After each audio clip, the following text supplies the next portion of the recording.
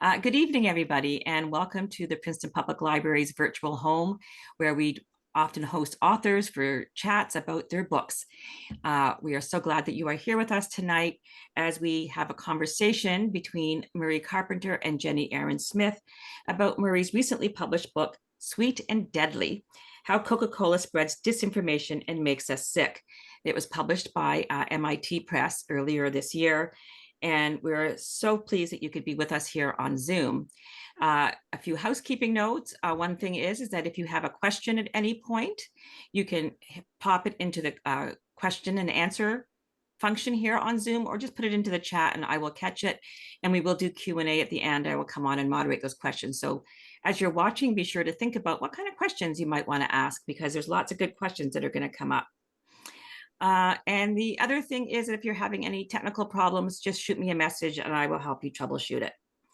Okay, so this is a book about Coca-Cola, which is among the deadliest products in the world, as this book is going to show us.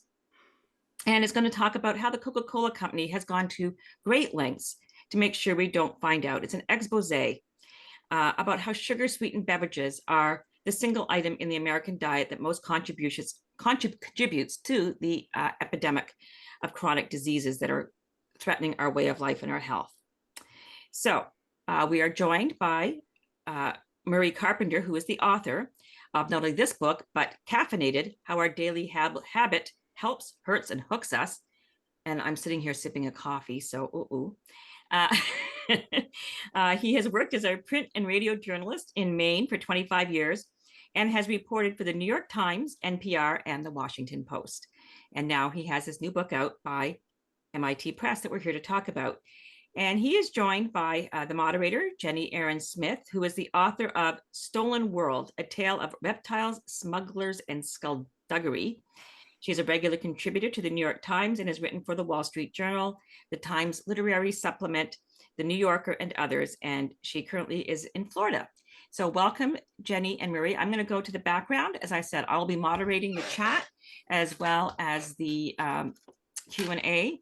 And I am going to add right in here that if you're interested in this book, and I'll put it at the end, if you're living in Princeton, Labyrinth Books, our book partner for all of our events, has copies of Marie's book on the shelves right now. So you can run out tomorrow morning and grab it from their shelves, or you can just give the store a call, as always, and they'll put it aside because they're very friendly that way. So welcome to Jennie and Marie. I'll let you take it away. Thank you. Well, thank you, Janie, and thank you for the wonderful introduction. I also want to just mention that because I just finished reading it, Jennie also has this new book out, The Valley of Forgetting, which is, she spent years in Colombia reporting this book. It's about families with a genetic predisposition to developing early Alzheimer's. So another really great book of science reporting here. So put that on your list too. Anyway, yeah, Jennie and I have, I'm really glad you're here, Jennie. Thank you, Marie. We've known each other since our first books came out. Marie's Caffeinated came out around the time that my first book came out. I think they both came out in 2011. Is that right? Around there, I think something around there. A few years after, but yeah. Right. And I don't know. I don't remember if we blurbed each other's books or Marie blurbed my book or I blurbed Marie's book, but it was something like that. And then we've maintained contact ever since. And then coincidentally, we have books coming out at the same time. So we've sort of helped each other along these journeys and had a lot of conversations as science writers and science reporters about things we find interesting, find suspect. And just sort of the general business of it. So it's exciting to see this new book that really describes something very interesting. I think if anyone's read like Jane Mayer's Dark Money, you'll see some parallels in what Murray's describing here, which is really the book takes place over the course of about a decade from the time that from the time that sugar science or science about sugar started to insinuate, at least indicate, that sugar was uniquely bad in the diet, and how Coca-Cola responded to that. And the way Coca-Cola responded to that was remarkably similar to how tobacco responded to the early science showing that smoking was bad, which we all take for granted now. But it wasn't something that you can really, it wasn't something that you could take for granted at the time. It took a long time to get us to that point. And I think what Murray's describing in this book is the journey, part of the journey to get us to that point. But the journey gets quite complicated when you have a network of industry scientists who, in some cases, were in fact engaged with tobacco. What I wanted to start with was the fact that even though this book takes place between 2010 and 2020, the actual concerns about soda and health go back to the 1940s. Can you talk about that a little bit, about the early scientists who raised alarms about soda?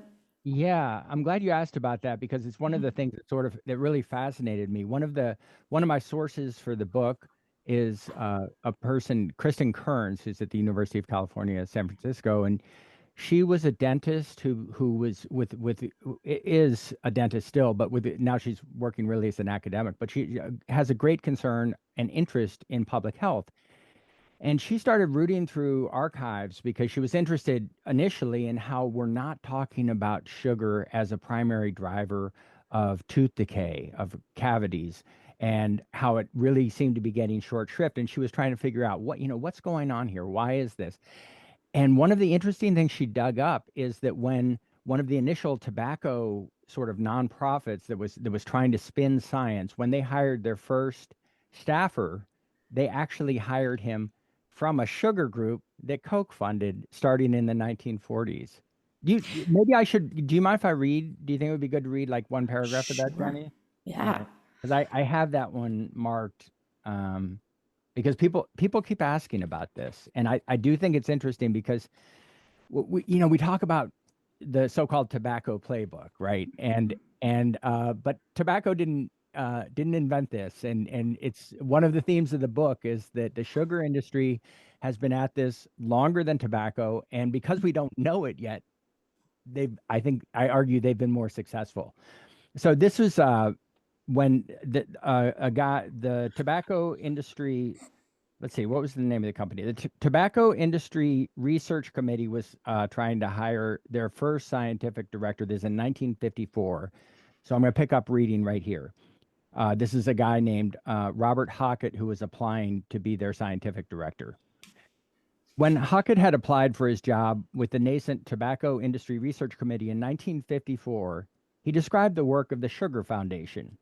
Quote, 10 years ago, a very similar industry association, the Sugar Research Foundation, Inc., was formed to investigate charges that refined sugar is a primary cause of diabetes, tooth decay, polio, B vitamin deficiency, obesity, mid-morning hypoglycemia, and many other conditions, Hockett wrote. During a period of 9 years, he continued, I organized and directed research projects in medical schools, hospitals, universities, and colleges, which exonerated sugar of most of the charges that had been laid against it. Methods were mapped out for modifying or mitigating such undesirable effects as were found to have basis in fact. In addition, several new uses and values of sugar were discovered. The program also required me as scientific director to lead and assist in public relations activities such as symposia, radio programs, preparation of moving pictures, publication of pamphlets, etc. I delivered scores of talks and addresses before popular industry and scientific groups. So there we have in 1954 a sugar industry veteran describing what's now known as the tobacco playbook. So yeah, I mean, it's this has been, as soon as health concerns arose about sugar, they were pushing back very effectively, and through the strategies, now known as the tobacco playbook. Murray, when sugar, though, and soda by extension, because really to read this book is sort of to see them as one thing. Soda defends sugar, right? Soda and sugar enjoyed a real reprieve from criticism for like nearly 50 years, right? Until the first sort of inconvenient science started re-emerging. And then a whole scientific apparatus of industry-funded science was sort of gradually, not that gradually, I mean, pretty quickly put together in order to combat that at every turn, right? And cryptically in some cases without really understanding that it was Coca-Cola specifically funding these scientists. But can you talk a little bit about the first sort of inconvenient science that sort of started to pop out and how a response began to be formed? Yeah, and some context here is that and this was part of the thing that really got me interested in this was when I was reporting my book on caffeine. I realized that in the period between 1950 and 2000, we went from drinking like 40 gallons of Coke a year and 40 gallons of milk just as a beverage a year and about 10 gallons of soda to drinking 50 gallons of soda a year, 20 gallons of coffee, and just 10 gallons of milk. So it was a really profound dietary shift that happened in a relatively short period of time. Over approximately the same time, you saw dramatic increases in overweight and obesity. And so some of the early signs were starting to pop up around the year 2000 that were people were really focusing on, hey, there seems to be a correlation and what's going on here, and that's when some of the researchers really started to buckle down and do some of the better studies that they've done. Yeah. So I would say, yeah, around 2000 is when, sort of the it started to turn a little bit. Yeah, I mean, you talk about, the industry using terms like share of stomach to describe, how much soda a person, they want people drinking the equivalent of, I think you said in the book, it was like a bathtub's worth of soda a year, and that's what we were all drinking. Can you talk a little bit about what I consider, I mean, there are many scientists named in this book, but what I consider one of the more interesting and perplexing figures, who is a scientist named Rona Applebaum? Yeah. Rona Applebaum, and how she started to create a strategy on behalf of Coca-Cola that was essentially obfuscated, right, by different organizations with these almost Orwellian sounding names, right? Can you Yeah. talk about and how she recruited other scientists to the cause? Can you talk about this sort of beginnings of that network? Yeah, and so Rona Applebaum, like many people, like many of the researchers in the book, she was she very accomplished scientist, and she had a very good reputation and a PhD, and a very good network of connections, and she was working for Coca-Cola, and while working for Coca-Cola, she was often tasked with pushing back against bad, inconvenient policy or inconvenient science position. So, for example, when Mayor Mike Bloomberg tried to do his supersized soda, banning supersized sodas in New York, which was, he got horrendous pushback for. I mean, people are still talking about it now as though it was just a horrible idea. Uh, she was the person who went on TV, for example, to push back against that. But she also, because she was very well plugged in with this network of researchers, obesity researchers, was able to align some of them with Koch's uh, values, or I don't know, beliefs. And particularly here, we're talking about this idea that a calorie is a calorie, and so yeah, so she did this, and then what she did was she basically put together a grand plan to sort of unleash this convenient science for Coca-Cola onto the world. So, to describe that science, when you just said a calorie is a calorie, ultimately the essence of the science, as I understand it, I mean, it's one thing for industry. We expect and we know that industry is going to push back on something like the Bloomberg giant soda stuff in New York, or a soda tax, or soda labeling for nutrition purposes to try and encourage people to consume less soda. We expect industry to push back, and in your book, you also describe the overt industry groups like the American Beverage Association. To my mind, that's quite a bit more expected and less scandalous than an insidious effort to create science that exists to obfuscate other science. So when you just mentioned the concept that a calorie is a calorie, that that is a nutritional science essentially funded by Coca-Cola that challenged an emerging notion that not all calories act equally on the body. And this was particularly concerning with like high fructose corn syrup, for example. Can you explain that, why high fructose corn syrup is different and what?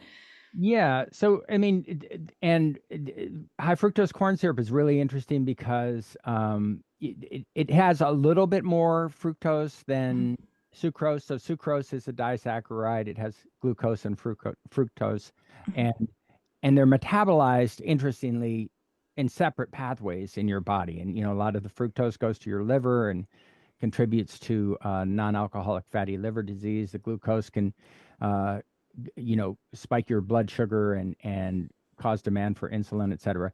But one of I think the biggest thing about high fructose corn syrup is that when it was developed, particularly starting, I guess, around the mid 80s, from then forward, it was so cheap and so available that it just made sense to use a lot of it. And so, yeah, that came onto the scene really, really hard and heavy. And so, yeah, most of what we see now, I mean, high fructose corn syrup also came along sort of at the moment when, and this is a little bit of a step back from the book, but at the same time we were talking about low fat diets, and which sort of swung the pendulum to high carb diets, and a lot of the carbs, even bread and spaghetti sauce, ended up having a lot of high fructose corn syrup. But the calorie as a calorie thing is really fascinating because there is something called, I think it's called a bomb calorimeter meter. I don't know how to say it, but it's a meter that measures calories, right? And so if you, in this machine, if you burn a gram of high fructose corn syrup and a gram of cashews, they will have the same value. That's the one place in which a calorie is a calorie. Right. In the human body, emphatically, a calorie is not a calorie. So a calorie of high fructose corn syrup, for example, or Coca-Cola, is not going to be metabolized the same way as, a calorie of cashews or kale. It's just not. But that was one of the things that Coca-Cola, one of the sort of talking points that Coca-Cola has pushed so hard for so long, is just balance calories in with calories out.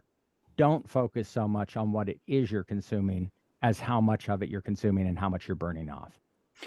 Well, and this strategy was fairly effective I mean, the inconvenient science kept coming out in bits and starts between 2010 and like say 20, well, I mean, it's still coming out now, right? But there was a point at which, as happened with tobacco or something, there was like a critical mass, right? But it didn't stop Coca-Cola from continuing to build these sort of shadowy networks of scientists. There was Rona Applebaum, who was recruiting other scientists, but in the end, it was actually quite a diverse network of people who were getting Coca-Cola funding somewhat surreptitiously through their universities, for example, without disclosing. One was a University of Colorado researcher, and there were other entities that were quietly funding these scientists. I'd love to know a little bit about what you thought as you were researching this and as you were working on this, in terms of like, what type of person, what type of scientist engages in this sort of behavior? It's not unique to Coca-Cola. I mean, I've seen it in my own work in medicine, in some aspects of medicine, but I noticed that, and you use quotes in your book very succinctly to illustrate that many of these scientists weren't exactly reluctant to further the cause. And I'd just love to know if you could talk about what makes a scientist go in that direction. Well, this is really interesting. I try not to ascribe in the book motivations to people, but so a lot of these scientists were, before they're working with Coke, and to this day, considered accomplished. I mean, these are really people who have great reputations in some ways. I I think one of the things that is hard to overstate is the value of someone who comes to, say, the University of Colorado, and Coca-Cola, probably via Rona Applebaum in this case, when they were working on the Global Energy Balance Network, which I talk about in the book. When someone comes and says, "We'd like to fund your research with $1 million," that's a powerful motivation. Right. And then, or University of South Carolina, we've got $500,000 for you. That goes a long way, I think, towards motivating people. Mhm. I think there's also a way, and I don't know how this works, but I don't know if researchers who are like-minded Mhm. find each other, or if Coca-Cola is good at finding, I think, a little of both those researchers, and then there are networks.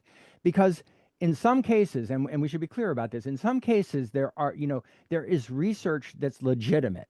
For example, that's showing calorie balance, for example. Right. And there's a concept that's sometimes known as industrial selection or industrial distraction, where uh, an industrial funder or a corporate funder can fund research that's legitimate, but Mhm. because, say, if they're funding research on the calories outside of the equation, they're soaking up they're taking up some of the oxygen in the room, and it's focused on there, and they're going to promote that angle of it.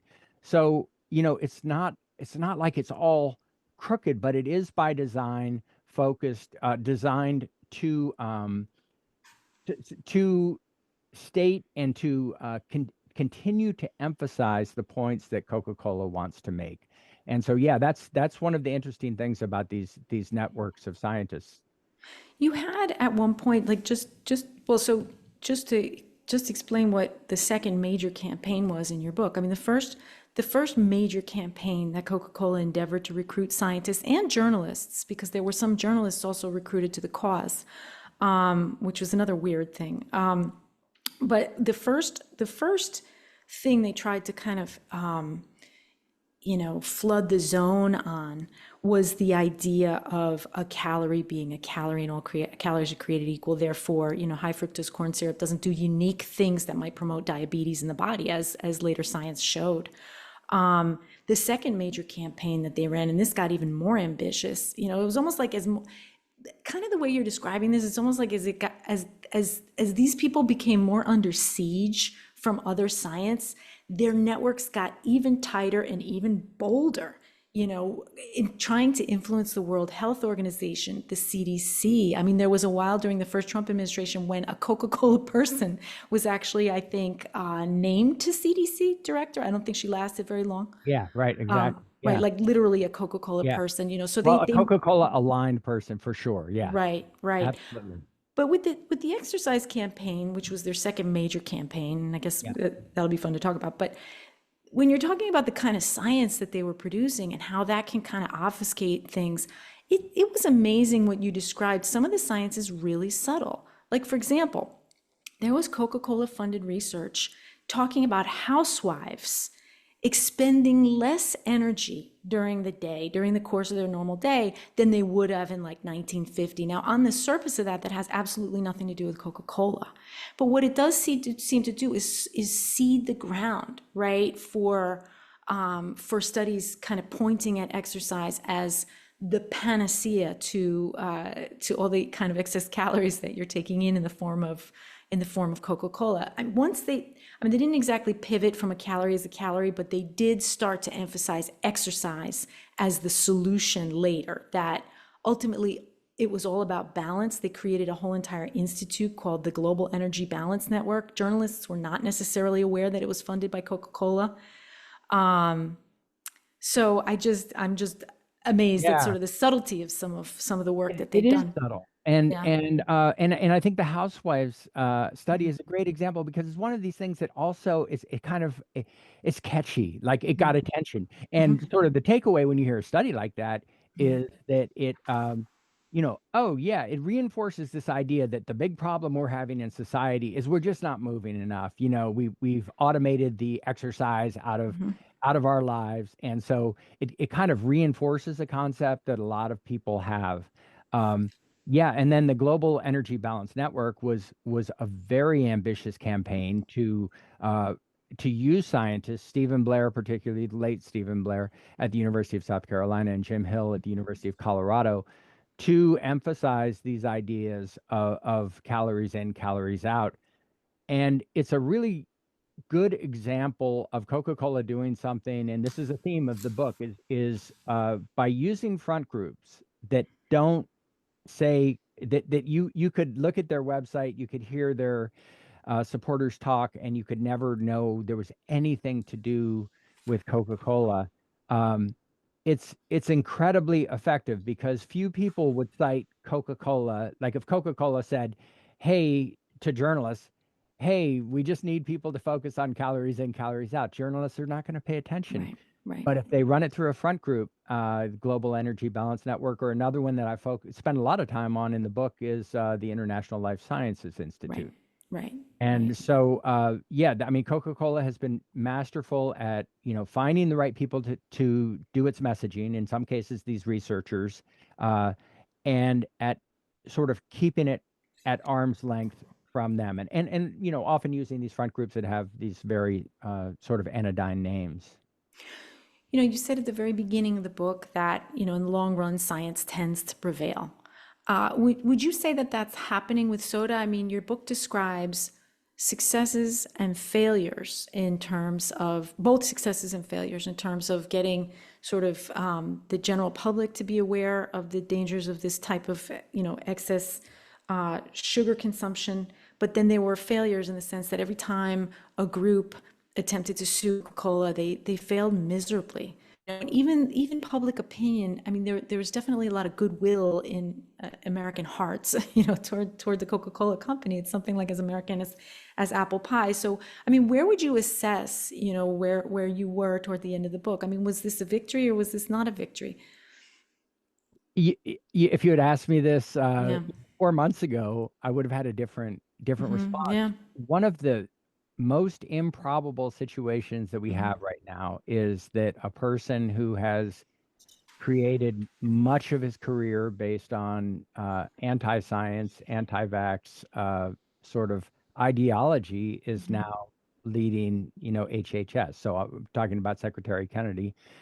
And he also is really down on soda. Right. And so it's and I'll cite a couple of things. I mean, one of the things that comes up in the book is the purchase of sodas with food stamps, with supplemental nutritional assistance program funds. And this is a multi-billion-dollar revenue stream for Coca-Cola and Pepsi.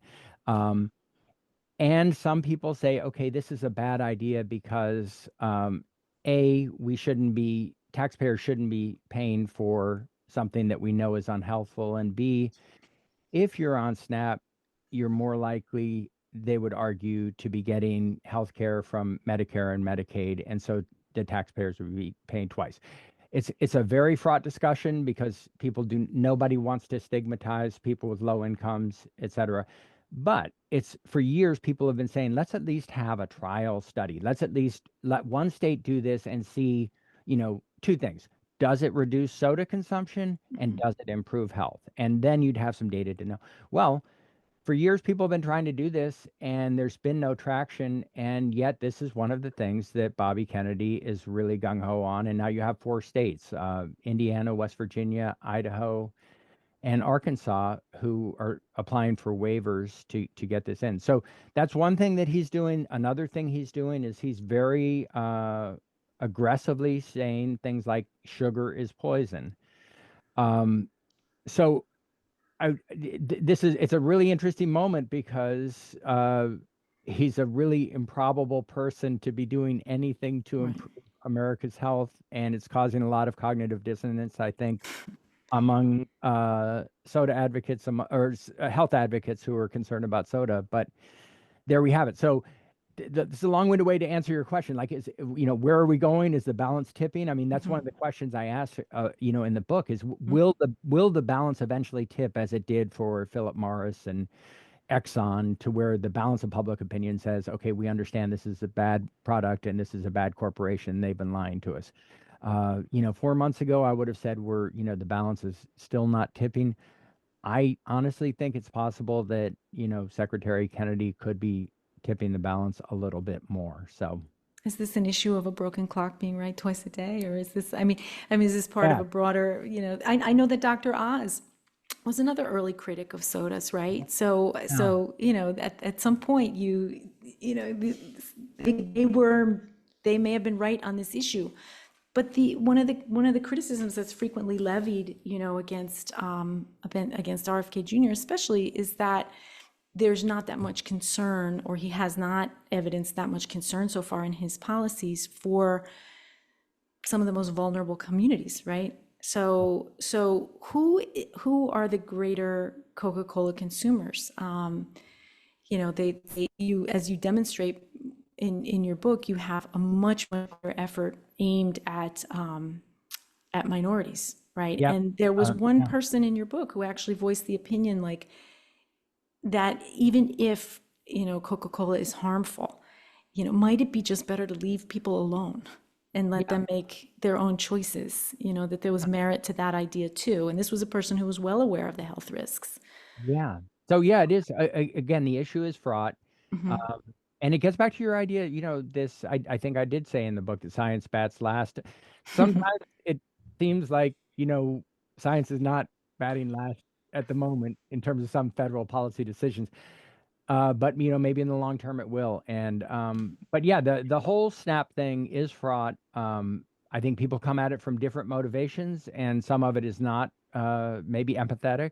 But Right. it will at least, if states do succeed at getting waivers, and they do limit the purchase of sodas with SNAP for some period of time, at least then we would have some data to say, is this a good policy decision or is it not, without putting, a value judgment on it other than that. Well, and the other thing that your book described, and it did seem to be some capitulation of the company. Now, obviously, Coca-Cola is not the only soft drink company, but it's such a major company, and it seems to have more reach than a lot of other companies. I mean, at one point, you were describing an academic conference put on by Coca-Cola that was not clear that it was put on by Coca-Cola, featured papers in a journal that was covertly funded by Coca-Cola, or completely funded by Coca-Cola. So it was a whole Coca-Cola funded health science journal. The researchers' plane tickets were paid for by Coca-Cola, and the actual journalists covering the conference were paid by Coca-Cola. But at some point, the New York Times broke some of this open, right? Yep. And I guess there was a point at which Coca-Cola felt inclined, or felt it needed to, for purposes of transparency, disclose what the researchers were getting. And of course, some people were getting as much as $4 million a piece. Was that peak chutzpah? Did it decline from there, or are we still seeing machinations along those lines? I know we're not seeing whole fake institutes created, but what are the subtle machinations that continue? Yeah. So, I mean, I would like to think it was peak sort of, I think the Yeah, peak of one kind of era of. right. And but one of the things I think the moment we're into right now is really difficult in a different way. So I think at that time the important thing, so let's say around 2015, it was very important to Coca-Cola to influence mainstream journalists. I mean, that's where if you could get their paper, their experts attention in New York Times, Wall Street Journal, NPR, something like this, then they would have felt that they had hit a home run. They are still very interested in this, I know. However, the media landscape has changed so much. It's so fragmented. And I think one of the opportunities that not just Coca-Cola, but every single corporation in America, worldwide, has now is to bypass, all the sort of media gatekeepers and, go straight into people's phones Yeah. and right into their heads. No, seriously. I mean, it really is like it's an advertising home run.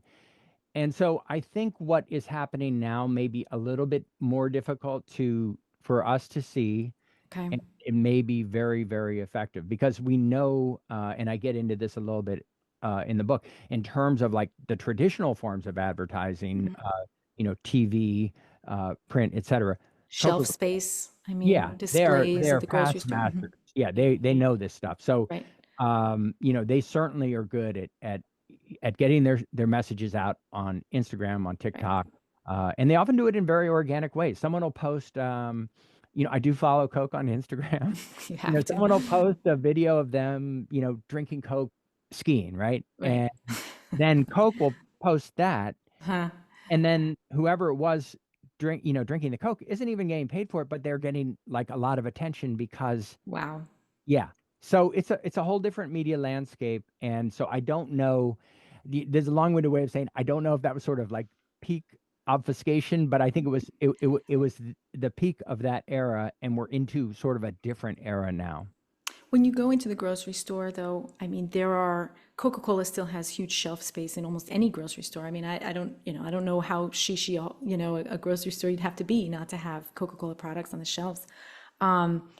One thing the book didn't get that far into is how many non-sugar options that they've come out with since. Are they a response to all this, or are they a response to sort of independent demand for it? They also brag about those little cans. You want to talk about like wasting aluminum and stuff, but these little teeny cans of soda, that was one of their other answers to this, that we're just going to make little tiny portions for you. See, we're thinking about you. Are those measures, has anybody studied those measures? Are they having any effect? What's your take So, on? diet sodas definitely took off, starting about 20 years ago, and they seem to have declined. And I think part of the decline is that there are other non-sugar products available, seltzers, et cetera, even Right, these sort of healthy probiotic right, items.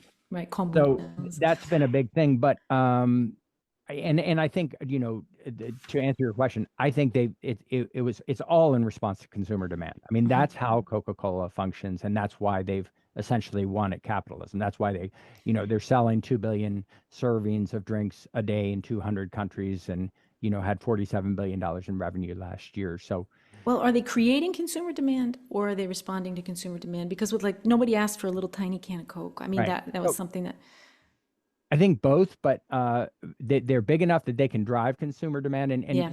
since you mentioned shelf space, so there's a corner store, 200 yards from my house. Top shelf item, right when you reach is this. Right, It's a right, 20-ounce Coke. right. So that Coke, and I just use this as an example of how much sugar there is in these products. That Coke has 65 grams of sugar. And just to put that into context, if you go in every day and you get one of these 20-ounce Cokes and you Right. say, you wouldn't think, okay, I'm a maniac for Coca-Cola, but I'm going to drink one of these every day. In 14 days, you would have Yeah, had a 2-pound box of right, sugar. right. So, the other thing that I think is interesting about the 20-ounce soda being very popular now is that despite the mini cans, despite diet products, et cetera, these are typically the top shelf products in many stores now. And so I think any lip service Coca-Cola gives to, we're really about reducing sugar, uh, we're for health. I think their marketing sort of undercuts that. You mentioned, you mentioned that when they roll out new products, and you have seen this in the grocery store, when like there was a Coca-Cola Spice or some sort of thing that was aimed at a certain demographic. I don't remember what it was, young adults or who it was, but that they continue to roll out full sugar products. One thing we didn't get into, and I think maybe would be worth saying, is why soda in particular is important. I mean, there's a lot of sources of sugar that you can get in your diet. I mean, you can get sugar from, Cupcake Wars was a popular TV show. I mean, all kinds of baking shows, ice cream. I mean, and those were things that judges brought up in the lawsuits, like why soda. But I think one really important thing, which we would have said it before, is that soda has this unique property that the nutrition researchers found of not filling you up while Yeah. providing all these calories. And I think it's just something to mention as, I think it's part of, really important. Yeah. why it's such a large contributor and why it's been singled out, for Yeah. special criticism. The term of art is satiety. I mean, that's what nutritionists talk about. So the feeling of being sated or Right, full. So, right. and I think that because it's so easy to overconsume because you're not feeling full and yet you are getting so many calories, I think one of the one of the sort of things that nutritionists and health advocates took their eye off the ball during the low fat era is if you saw someone's tray at McDonald's and they had a Big Mac and fries, plus they had a 24-ounce Coke, people were focused on the Big Mac and fries as the culprits there, but the Coke was delivering a lot of calories that weren't filling you up. So yeah, I think that's a really important point, and I think there's a related point that one of my sources, Frank Hu, at Harvard, mentioned is people are really down on carbs. A lot of people are really carbs are not having a good moment right now. Right. But his point is there's really it's overly simplistic to look at just all carbs being bad, but there's a continuum of carbohydrate quality. You have whole grains on one end, partially refined grains in the middle, say oatmeal. Then you have, say, white flour, like white bread, Wonder Bread. Get a little further down, you have maybe cupcakes that have like highly refined Right. flour and sugar. Right. But then all the way out on the unhealthful end is liquid sugars. And part of the reason they're so unhealthful is because they pack so much sugar without you really recognizing that you're taking in these calories. Yeah, I'm glad you mentioned Frank Hu there. I don't know if he was the one that established that, but there are good guys in this book. I mean, there are people who didn't mind going to the industry conferences and really sort of doing what they had to do to sort of get this message out. And eventually, it did seem sort of like they have to some degree come to prevail. I think so, but one of the interesting things that one of my sources mentioned that is not in the book that I've thought about a lot since then is because there's such a flood of industry-funded science that keeps coming, and sometimes it won't disclose the funding, and then they'll ask for forgiveness and not permission, and say Yeah. disclose some industry funding later. Right. But because there's such a flood of science, a lot of the sort of more, I don't know if you'd say legitimate scientists feel they have to play by the rules. And every time one of these papers come out, they have to respond with, a letter or an editorial perspective. Well, the reason that we disagree with this, but it's just the industry science just kept coming out for so long that it was really hard to respond. And I think because of that, for a long time, Coca-Cola was and maybe still is winning that game of influencing the public through science. Yeah. I see some questions. Do you want to take? How do you want to do it? Sure. Yeah. Or So, there's okay. Yeah, so let's see what we have here for questions. So one of the questions that we have is, what has been the impact on the health or psychological dependence to soda of artificial sweeteners in Diet Coke? And I think that's a really interesting question. Have you looked at that? I have not. I focused so closely on sugar in this book that I didn't do this. I'll punt on this one and say this: there is a vast and growing body of science that does show the health risks of artificial sweeteners, and some of this is in terms of how we perceive sweetness, and that consuming a lot of things that our body perceives to be sweet may fool with even our insulin, but also our appetites. There's also effects on the gut biome. There have been concerns about the cancer risks in aspartame, which I think are not the biggest concern in diet sodas, just from my perspective. But here's what I will say about diet sodas that I think is really important. And again, this is how Frank Hu would characterize it. If you're consuming a full sugar Coca-Cola and you want to get off of that, this is a really great bridge, a way to, ease your way off of the sugar treadmill into something else. And then from there, maybe go to a more healthful beverage. And I always think of iced tea as being like a really great alternative. And the reason is, I view the world through a caffeinated lens. And Diet Coke has or Coke has about the same amount of caffeine as like one serving of tea, like a one tea bag, so 35 to 45 milligrams. And I think that's a lot of what drives both the Coca-Cola habit and the Diet Coke habit. So that's a long-winded answer. I think there is some compelling science. I'm not an expert on it.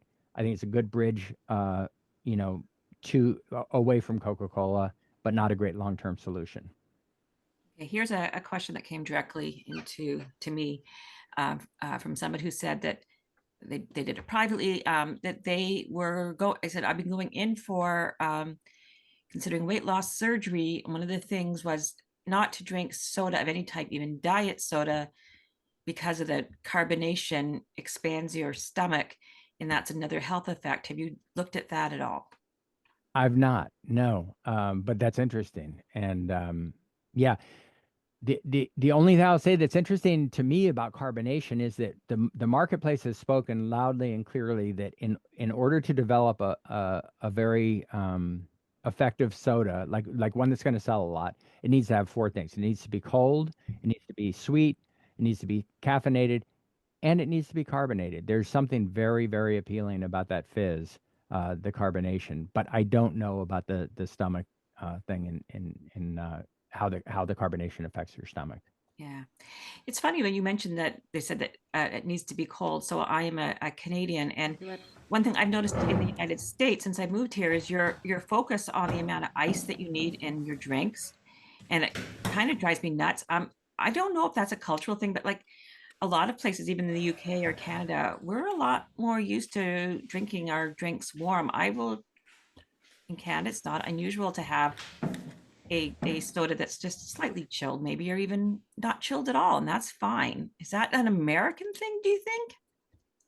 I don't know. You know, I think most of the places I've seen Coke, they're refrigerated.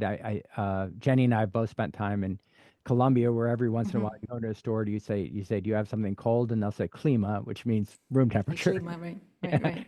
Um, Right. but yeah, but culturally we do things differently. And for example, in China, canned coffees, if you go into a convenience store, canned coffees are very popular in China. You go into a convenience store, you put your hand on them, they're heated in the rack, and it's an And in the vending machines, they yeah, can and in heat the them, vending come machine, out yeah. hot. Yeah, So it's Canned coffee? yeah, it's good. yeah, canned It's really coffee. sweet. And this is something we didn't talk about. So Coca-Cola they have a number, I think more than $25 billion brands. And these are brands that sell more than $1 billion, bring in more than $1 billion in revenue annually. One of them is called Georgia Canned Coffee, and I think the most popular canned coffee in Japan, and yeah, it generates more than $1 billion in revenue annually. That's something we don't really do much of here in the United States, and the companies that have tried to do it, like Starbucks, they only have a tiny bit of market share on those canned coffees. Okay. And then here's another question. Is there also a similarly lobbied campaign towards all the sweeteners that go into these fancy coffee drinks, like the lattes and the Dunkin' Donuts? Yeah, I'm not aware of one. And it would be interesting to see. So there are, like, when you get an iced coffee or one of the sort of sweetened caramel macchiato, whatever Yeah. things at Starbucks, they are super sweet. And I don't know how they compare in terms of grams of sugar to a Coca-Cola. But I think the bigger thing there is the American palate is very accustomed to and interested in sweet things, and that what looks disgusting to many of us, because it's super super sweet, has a great appeal, and people go to Starbucks and get those very sweet drinks. No, I'm not aware of like a concerted lobbying effort to get people to be less concerned about those. Mm. Okay. Here's another question. What about carbonated water that has no sweetener? I've not seen anything to suggest that that's a bad alternative. Some people have expressed concerns about, the acidity for like erosion on your teeth, etc. But that to me would be a very healthful alternative to a soda. And if, yeah, of course they don't have caffeine, but that may not be everybody's focus. But yeah, a lot of, and this is one of the interesting things. There's so many, as I mentioned before, there's so many of these either less sweet sodas, products that are trying to be more healthful, and carbonated water is one of them. Also interesting that one of these sort of lightly carbonated products, Topo Chico, is now Coca-Cola acquired it, and it's one of their billion-dollar brands. I think Murray, you have a section of the book that you could read for us that kind of puts the human face on what happens by consuming too much soda. Would you read that passage for us? Because I think that's one of the powers of the book, is like when you yes, there's the science and there's the facts and the figures, but putting that human face on what this is doing on this, endemic, and how it's affecting individuals is really, really crucial as well. So maybe you could read that passage for us.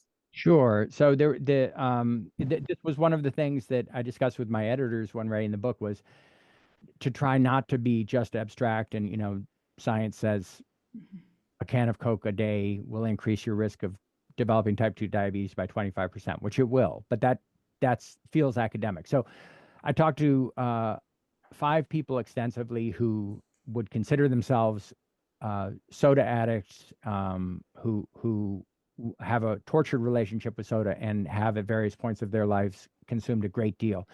One of the most interesting was a guy named William Eubank, Billy Eubank, and I'm going to just read you this passage from him. He's a really interesting guy, lives in Virginia. By 2020, when William E. Eubank, too, was 67, he'd been a Coca-Cola addict for 5 decades. For many of those years, he drank 2 or 3 2-liter bottles a day. Eubank partly attributes his Coca-Cola loyalty to savvy ad campaigns that he felt were wonderful, sexy, and morally appealing. Like millions of Americans, he especially liked the "I'd like to buy the world a Coke" ad that debuted in 1971 and is widely considered one of the most effective ads in history. Quote, "Let me tell you something. I thought that was wonderful. I really did, because I'm one of those people drinking the Coke," Eubank said in a phone interview from his home in Virginia. His story illustrates the allure of the beverage, the health risks it poses, and the cognitive dissonance some soda drinkers experience as they try to reconcile the two. Eubank's father was very concerned about him and his sister drinking so much Coca-Cola when he was young, and even once sent Eubank a clipping about Coca-Cola working to make the drink addictive. But Eubank said he was young and not concerned about it. Eubank is from a military family. His own nearly 20-year career in the U.S. Marines took him all over the world. Coke was everywhere he went. Quote, "There was just no place I could not get a Coke. Okinawa, Korea, all over the east and south of the U.S. If you asked someone if they wanted a soda, they didn't even have to tell you what it was. You knew it was a Coke." Partly, the sodas were a spot of flavor in an otherwise drab military diet. "I would eat that soda in the morning for breakfast and go do what I had to do," Eubank said. "I didn't drink Coca-Cola, I ate it. I would look at something literally to eat, and I would feel better and everything else, and I'm paying for it now." In late 2019, Eubank quit drinking soda, and he started doing something else. Quote, "Just Tuesday night, I gave myself my first insulin shot. I've been type 2 for about 2 solid years. I've been pre-diabetic for many years, and I don't blame anyone. I'm not angry at Coca-Cola. It was my drug of choice. I'll tell you right now, there is nothing better to me than to wake up and get a 12-ounce soda, a Coca-Cola, out of the refrigerator and chug it. And my day is lit up. I'm locked and cocked and ready to go, and everything's fine." Eubank said his Coca-Cola habit probably led to his diabetes. Quote, "It's just one of those things. I'm not being cavalier about it. It's not like I went out there and got shot. I went out there and shot myself." So I think his story is really interesting in a way that may not be immediately apparent, and that I think is a theme of the book, which is people feel so guilty about their habit, and they tend to take it all on themselves. I don't have the willpower to fight my Coca-Cola habit. But really, there's a growing body of science about what's called the commercial determinants of health, which is that our health can be determined to a great extent by the environment in which we live. And if you're seeing Coca-Cola ads everywhere, if every time you go into the store, this is the first thing you see, you're going to be more apt to drink Coca-Cola. And so, you know, I don't think anyone wants to think they're a victim of Coca-Cola, but it really is worth understanding that this is a logical endpoint. This amount of consumption is a logical endpoint of Coca-Cola working so hard to craft and market a product that is so compelling that it's hard to resist. So, yeah, that's Billy Eubank's story. That's a really great note, really, to wrap this all up, just how compelling Coca-Cola has made it, how culturally it is everywhere. It's global. I would venture there isn't a country that you could go to where you wouldn't find. I've never encountered Everywhere. one. Yeah. And I've traveled quite a bit. There's a note here in the chat, says from somebody, Douglas, that says that they found out when they were road tripping the US desert Southwest when it's 90 to 100 degrees Fahrenheit that the only soda that is drinkable warm is Coca-Cola. Although he's also a self-confessed Canadian here, Canuck. So anyhow, yeah. I don't think I'd want to drink a warm orange soda now that I think about it. No. Anyhow, this has just been really, really enlightening. Here, let's hold up the cover of the book there so everybody can read. I think you have a copy there, Jenny? Yeah, there we go. I do. There we I've got go. one ready. It's such a compelling cover. I had my copy on my desk and my colleague swiped it before I took it home with me here to do this interview tonight. So yeah, Sweet and Deadly. It's a wonderful book. And Jenny, I'm going to be looking up your book. When did that come out? That came out last month. Mm-hmm. Oh, it just came out last month. Mm-hmm. Yeah, wonderful. And it too deals with, you know, scientific. Well, I mean, it's a story about people who get early onset Alzheimer's disease in Colombia. It's a human story, but it does deal with some elements that do sort of overlap with Murray's themes. You know, scientists who are sort of committed to an idea that form networks that sort of harden around concepts and sort of what can happen when that happens.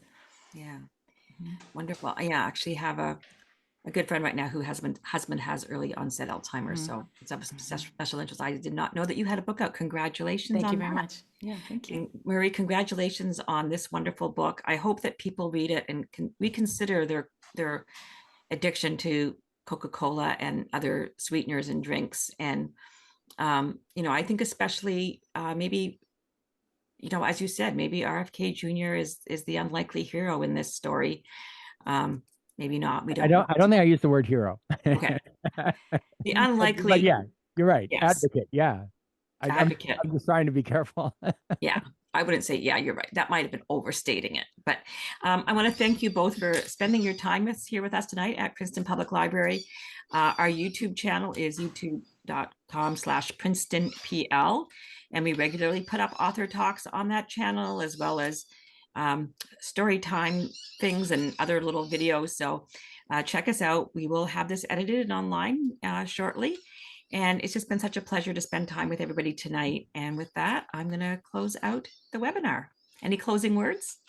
No, thank you. Thanks to you and to Princeton Public Library and to you, Jenny. Okay. Yeah, thanks for Thank you, MIT Press, for setting this up for us. MIT Press is a great partner to our library. We love the university presses. They're always so wonderful to work with. So thank you. Thanks. Good night. Thanks. Good night.